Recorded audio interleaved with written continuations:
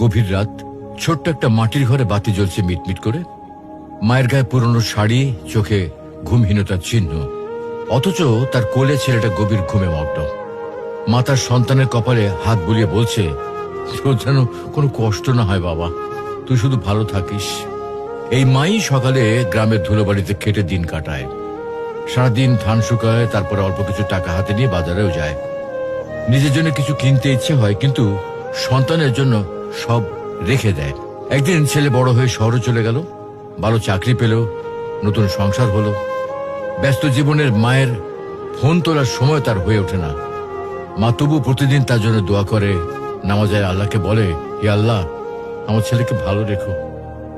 বছর শেষে ছেলে বাড়িতে আসে, মায়ের পরনে জীর্ণ শীর্ণ পুরনো শাড়ি দেখে অবাক হলো।